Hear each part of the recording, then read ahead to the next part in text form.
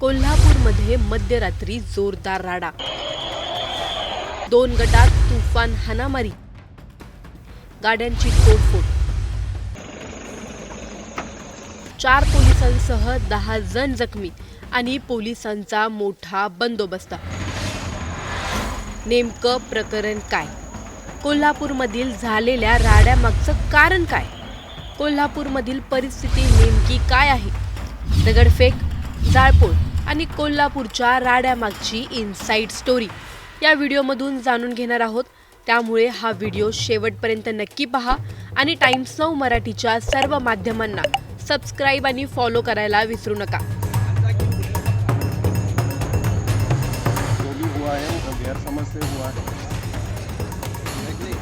शुक्रवारी मध्यरात्री कोल्हापूरच्या सिद्धार्थनगर राजेबागस्वार भागात झालेल्या दंगल सदृश्य गोंधळाची खळबळजनक घटना उघड झाली आहे।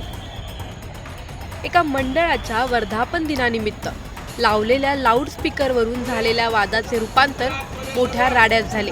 रात्री उशिरा एक जमाव या परिसरात घुसला, दगडफेक, वाहनांची तोडफोड केली। यावेळी 2 पेट्रोल बॉम्ब फेकल्याचीही माहिती समोर आली आहे। या प्रकरणानंतर परिसरात भीतीचे वातावरण निर्माण झाले। अनेक नागरिक घराबाहेर पडले आणि जमावाला प्रत्युत्तर देण्याचा प्रयत्न केला। माहिती मिळताच लक्ष्मीपुरी पोलीस तात्काळ घटनास्थळी दाखल झाले। पोलिसांनी जमावाला पांगवण्याचा प्रयत्न केला असता त्यांच्यावर देखील हल्ला झाला। यात 4 पोलीस आणि 6 नागरिक असे मिळून 10 जण जखमी झाल्याचे कळते। माहितीनुसार भारत तरुण मंडळ प्रणित राजेबागस्वार फुटबॉल क्लबचा वर्धापन दिन शुक्रवारी साजरा होत होता। त्यावेळी लावलेल्या लाऊडस्पीकरवरून दुपारी वाद झाला होता। रात्री उशिरा याच वादाचे रूपांतर 2 गटातील संघर्षात झाले। सिद्धार्थनगर परिसरात दगडफेक, तोडफोड आणि वाहनांची जाळपोळ झाली। पोलिसांनी लाठीचार्ज करून परिस्थिती नियंत्रणात आणण्याचा पूर्ण प्रयत्न केला, मात्र उशिरापर्यंत दोन्ही बाजूंकडून आक्रमकता दिसून येत होती। सिद्धार्थनगरमधील स्वागत कमानीजवळ लावलेल्या लाऊडस्पीकरमुळे संपूर्ण रस्ता अडवला गेला होता। यावरून स्थानिक नागरिकांनी पोलिसांकडे तक्रार केली होती। पोलिसांनी साऊंड बंद करण्याचे आदेश देखील दिले होते। त्यानंतर रात्री 9:30च्या सुमारास तरुणांचा जमाव सिद्धार्थनगरात शिरला। त्यांनी वाहनांची तोडफोड सुरू केली। काही माल वाहतूक रिक्षा आणि टेम्पो उलटवून त्यात पेट्रोल ओतून आग लावण्यात आली। यामुळे परिसरात गोंधळ उडाला। सुरुवातीला कोणालाही काय घडत आहे हे समजू शकलं नाही, पण अचानक समोरून हल्ला होत असल्याचे कळताच स्थानिक महिला व युवक बाहेर आले आणि जमावाला आव्हान दिले। त्यानंतर हल्लेखोर पसार झाले। रात्री उशिरापर्यंत तणावाचे वातावरण कायम होते, मात्र सध्या परिस्थिती नियंत्रणात असल्याचे पोलिसांनी सांगितले आहे। पोलीस नेमकं काय म्हणालेत तुम्हीच पहा। आज सीपीआर हॉस्पिटल के पास में 2 समाज में गैर समझ होने से तनाव निर्माण हो गया था और हमने पुलिस ने ताबड़तोड़ आके कार्रवाई की और स्थिति अभी शांत।